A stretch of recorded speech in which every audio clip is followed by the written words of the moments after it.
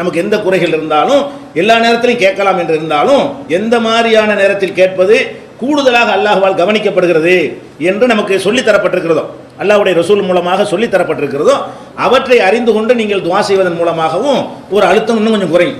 தாங்க முடியலையா, முறையிட வேண்டிய இடத்துல முறையிட்டோமா அப்படியே அந்த சுமை அப்படி இறங்குன மாதிரி போயிடும். நம்ம அழுத்தி கொண்டு வந்த அந்த பாரம் அப்போ யாரோ வாங்கி கொண்டு போன மாதிரி என்ன செய்கிறேன் லேசாகிவிடும். அப்போ நபிகள் நாயகம் ஸல்லல்லாஹு அலைஹி வஸல்லம் சொல்லி தர்றாங்க, தொழுகையில் நம்ம ருக்கு செய்கிறோம், சஜிதாவும் செய்கிறோம். இந்த ருக்குங்கிறதுல சுப்ஹான ரப்பியல் அலீம் என்று சொல்கிறோம், சஜிதாவில் சுப்ஹான ரப்பியல் அலா என்கிற அந்த சொல்லை வந்து என்ன செய்கிறோம் சொல்லுகிறோம். இதைத்தான் எல்லாரும் விளங்கி வச்சிருக்கிறோம். ஆனால் இது போக துஆ செய்வதற்கு அதிக தகுதியான ஒரு இடம் சஜிதா தான். ருக்குவில் செய்ய வேண்டியதையும் சொல்லிவிடுங்க, சஜிதாவில் சொல்ல வேண்டிய இருக்கிறையும் சொல்லிடுங்க.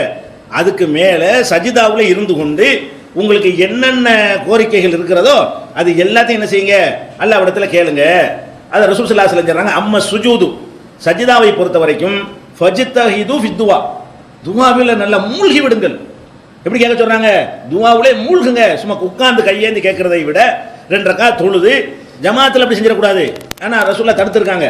ஜமாத்து தொழுவும் பொழுது நோயாளி இருப்பாங்க, முதியவர்கள் இருப்பாங்க, வேலை வெட்டிக்கு போகக்கூடிய ஆளுக்கு இருப்பாங்க.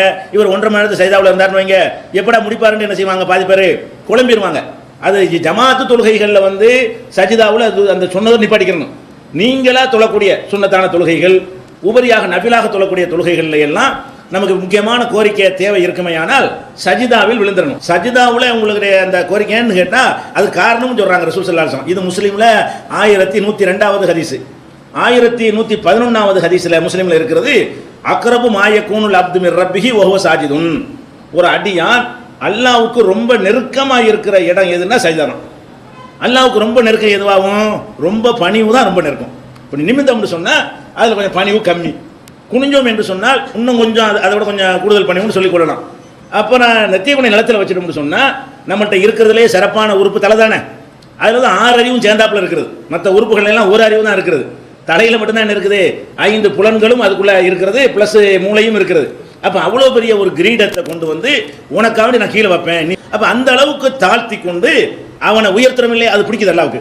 அல்லாவுக்கு எது பிடிக்குது, பாரு என்னோட அடியான பரவல அறிவை கொடுத்துருக்கிறேன், அவன் மமதையெல்லாம் விட்டு விட்டு நிலத்தில் கொண்டு நெத்தியை வைத்து கொண்டு என்ன செய்யறான், நான் தான் பெரியவங்கிறான், என்னை விளங்குறான் அப்படின்னு சொல்லி அல்லாஹ் நினைக்கிறதுனால நம்முடைய எல்லா நிலைகளிலையும் அல்லாஹ்வுக்கு ரொம்ப விருப்பமான நிலைமை வந்து சஜிதா தான்.